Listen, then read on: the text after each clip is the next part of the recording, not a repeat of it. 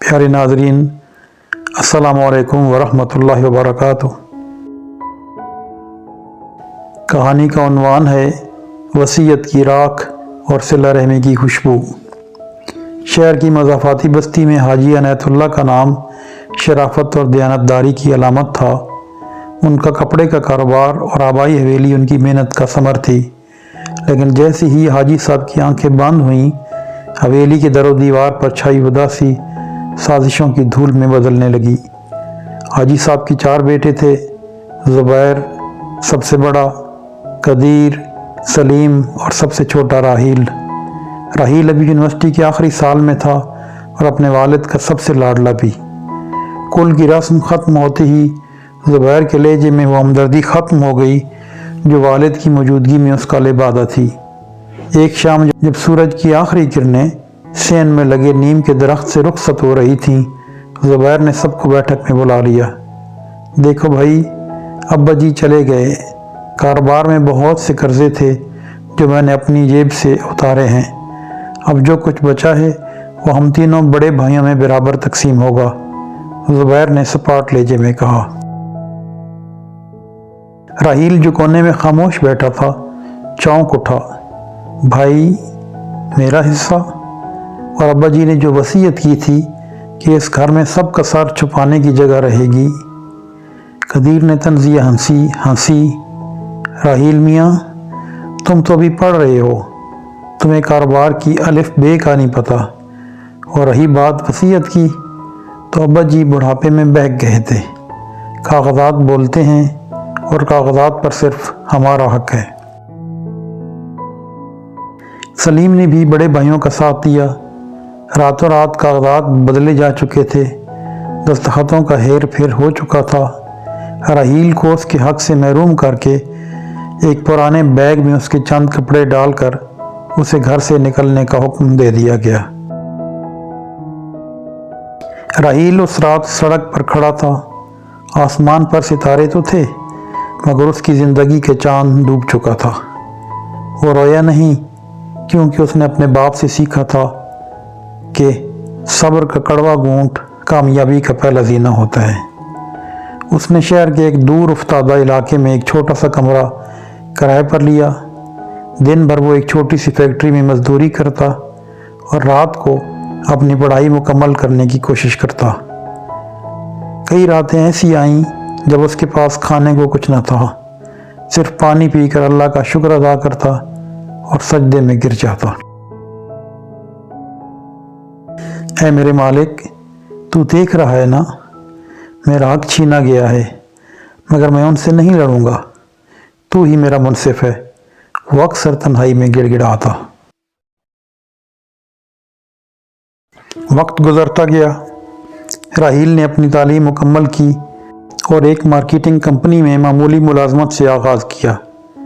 उसकी दयानतदारी और मेहनत ऐसी थी कि उसके मालिक ने चंद ही सालों में उसे अपना पार्टनर बना लिया। इस दौरान उसकी शादी एक नेक सीरत खातून रिफत से हुई, जिसने तंगी के दिनों में भी राहील का हौसला बढ़ाया। दूसरी तरफ बड़े भाइयों ने विरासत में मिलने वाली दौलत को बेदरे उड़ाया। ज़ुबैर ने गलत जगहों पर सरमायाकारी की, कदीर को जुए की लत पड़ गई और सलीम सुस्ती का मारा कर बैठ गया। वो तीनों एक दूसरे के भी दुश्मन बन गए थे। 10 साल बीत गए। राहील अब शहर का एक बड़ा नाम बन चुका था। रहमानी टेक्सटाइल्स के नाम से उसकी अपनी मिलें थीं। उसके बच्चे बेहतरीन स्कूलों में पढ़ रहे थे और उसकी फैमिली एक बावकार और पुरसुकून ज़िंदगी गुजार रही थी। लेकिन उसकी आंखों में आज भी वही आजिज़ी थी जो उस रात थी जब उसे घर से निकाला गया था। एक दिन राहील अपनी चमचमाती गाड़ी में अपने पुराने मोहल्ले के करीब से गुजर रहा था कि उसे एक खस्ता हाल शख्स सड़क किनारे लंगड़ाता हुआ नजर आया। राहील ने गाड़ी रुकवा दी। करीब गया तो उसके पांव तले से ज़मीन निकल गई। वो उसका मंझला भाई सलीम था, जिसके कपड़े पैवन ज़दा थे और चेहरा फाका ज़दा। भाई, راحیل کی آواز لرز گئی۔ سلیم نے نظریں اٹھائیں۔ راحیل کو پہچانتے ہی اس کی آنکھوں میں ندامت کے آنسو بہر آئے۔ راحیل، تم؟ سلیم نے بتایا کہ زبیر اور قدیر نے آپس میں لڑائی جھگڑے کے بعد سب کچھ بیچ دیا۔ زبیر اب ایک چھوٹے سے کرائے کے مکان میں بیماری کی حالت میں پڑا ہے اور قدیر کا کچھ پتہ نہیں کہ وہ کہاں روپوش ہے۔ ان کی اولادیں نافرمان ہو چکی اور وہ سب در در کی ٹھوکریں کھا رہے ہیں۔ راحیل شام کو گھر لوٹا تو بہت بے چین تھا۔ رفعت نے اس کی پریشانی بھانپ لی۔ جب راحیل نے سب بتایا تو رفعت نے وہ بات کہی جو صرف ایک بلند کردار عورت کہہ سکتی تھی۔ راحیل، اللہ نے ہمیں دیا ہی اس لیے ہے کہ ہم ان لوگوں کو معاف کر سکیں جنہوں نے ہمارے ساتھ برا کیا۔ وہ آپ کے بھائی ہیں، ان کا خون آپ کی رگوں میں ہے۔ اگلے ہی دن راحیل نے شہر کے ایک پوش علاقے میں ایک بڑا بنگلہ خریدا۔ اس نے خاموشی سے زبیر کے علاج کا بندوبست کیا اور قدیر کو بھی ڈھونڈ نکالا جو ایک گودام میں چوکیداری کر رہا تھا۔ اس نے ایک بڑی دعوت کا اہتمام کیا اور اپنے تمام بھائیوں اور ان کی فیملیز کو وہاں بلایا۔ بھائیوں کو لگ رہا تھا کہ شاید راحیل انہیں اپنی امارت دکھا کر ذلیل کرے گا، اس لیے وہ سر جھکائے وہاں پہنچے۔ دسترخوان پر بہترین کھانے سجے تھے، مگر تینوں بڑے بھائیوں کے گلے میں لقمہ پھنس رہا تھا۔ کھانے کے بعد راحیل نے ایک فائل نکالی اور سب کے سامنے رکھ دی۔ زبیر بھائی، یہ اس گھر کے کاغذات ہیں جو میں نے آپ سب کے نام پر خریدا ہے۔ ابا جی کی وصیت تھی کہ ہم سب ساتھ رہیں۔ میں نے اپنا وعدہ پورا کر دیا۔ اس میں آپ سب کا برابر حصہ ہے، راحیل نے دھیمے لہجے میں کہا۔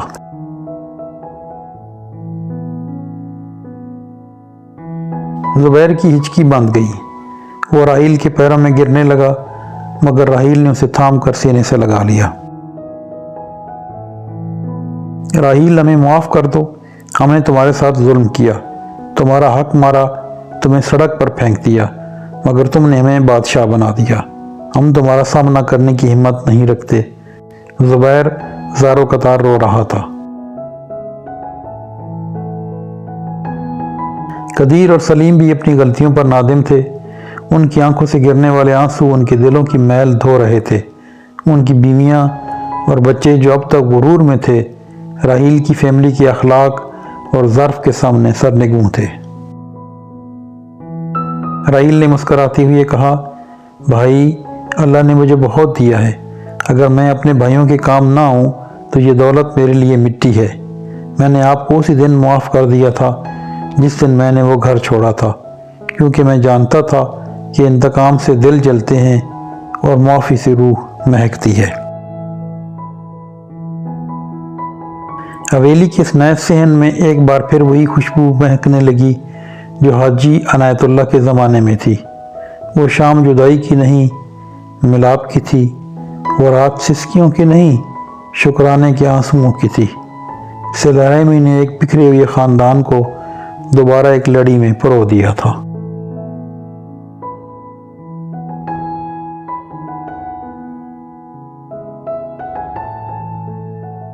سورج ڈھل رہا تھا، مگر اس گھر میں اب کبھی اندھیرا نہیں ہونے والا تھا، کیونکہ اس کی بنیاد اب صلہ رحمی اور سچی معافی پر رکھی جا چکی تھی۔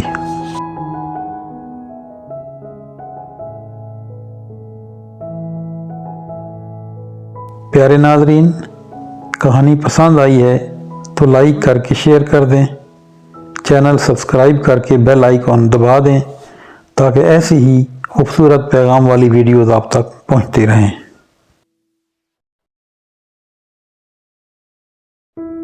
اپنا ڈھیر سارا خیال رکھیں، سلامت رہیں۔ آپ کا بہت شکریہ۔